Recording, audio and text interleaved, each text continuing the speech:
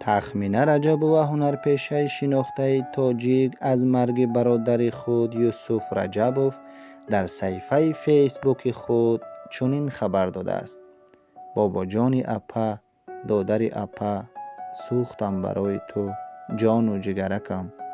الله مهربان جایت جنت گرداند جان اپا.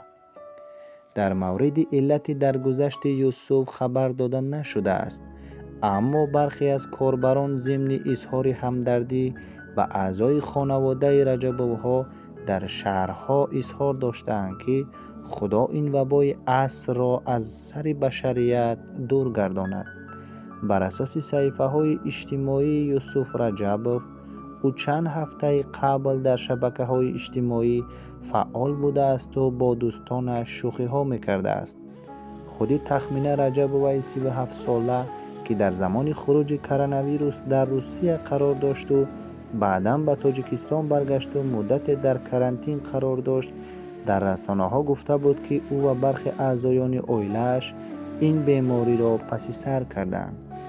رجبova گفت اعضای خانواده بیماری را سبک گذرانیدند، از جمله مادر 63 ساله‌اش نیز این بیماری را پس سر کرده است. در این باره سپوتنیک تاجیکستان و صفحه فیسبوکی تخمینه رجبova خبر داده است.